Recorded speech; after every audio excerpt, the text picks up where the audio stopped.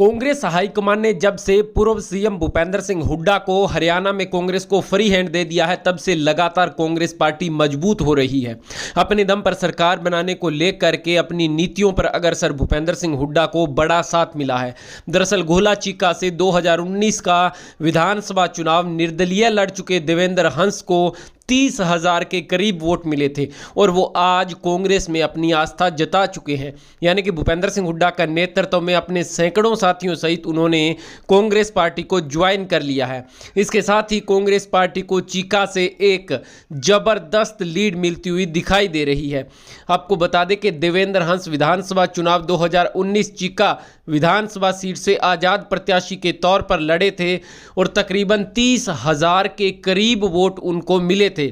यानी आजाद प्रत्याशी को यदि 30,000 के करीब वोट मिलते हैं तो अंदाजा लगाया जा सकता है कि जनता में उसका दीवानापन कितना है। और यदि कोई भी पार्टी उसको अपनी टिकट दे देती, न केवल कांग्रेस भाजपा जजपा बल्कि कोई भी पार्टी यदि उनको उस वक्त टिकट दे देती तो शायद वो विधायक बन गए होते देवेंद्र हंस। लेकिन अब देवेंद्र हंस ने कांग्रेस पार्टी में अपनी आस्था जता दी है। भूपेंद्र सिंह हुड्डा और प्रदेश अध्यक्ष उदय भान ने कहा है कि उनका और उनके साथियों का कांग्रेस पार्टी में पूरा मान सम्मान किया जाएगा, हद से ज़्यादा उनका मान सम्मान किया जाएगा और कांग्रेस पार्टी को लगातार मजबूत करने का प्रयास देवेंद्र हंस अब चीका क्षेत्र में करेंगे।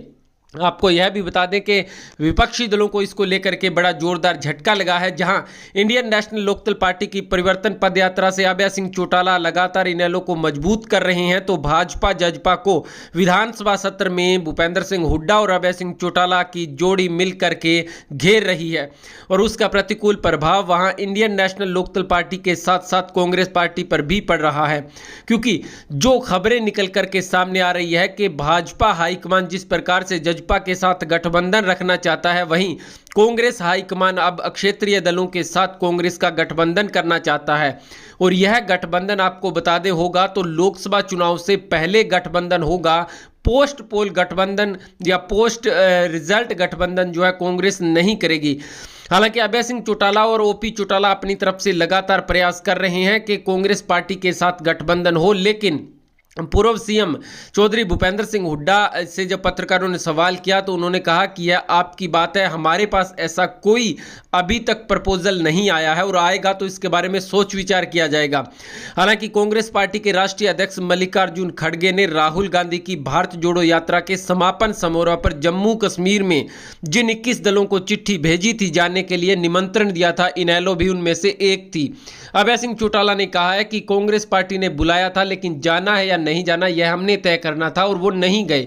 हालांकि चर्चाएं जो चल रही हैं वो यह भी है कि कांग्रेस पार्टी और इनेलो भले ही गठबंधन न हो, लेकिन सीट बंटवारे पर उनकी स्थिति हो सकती है या फिर तीसरे मोर्चे को साथ लेकर के चल सकते हैं।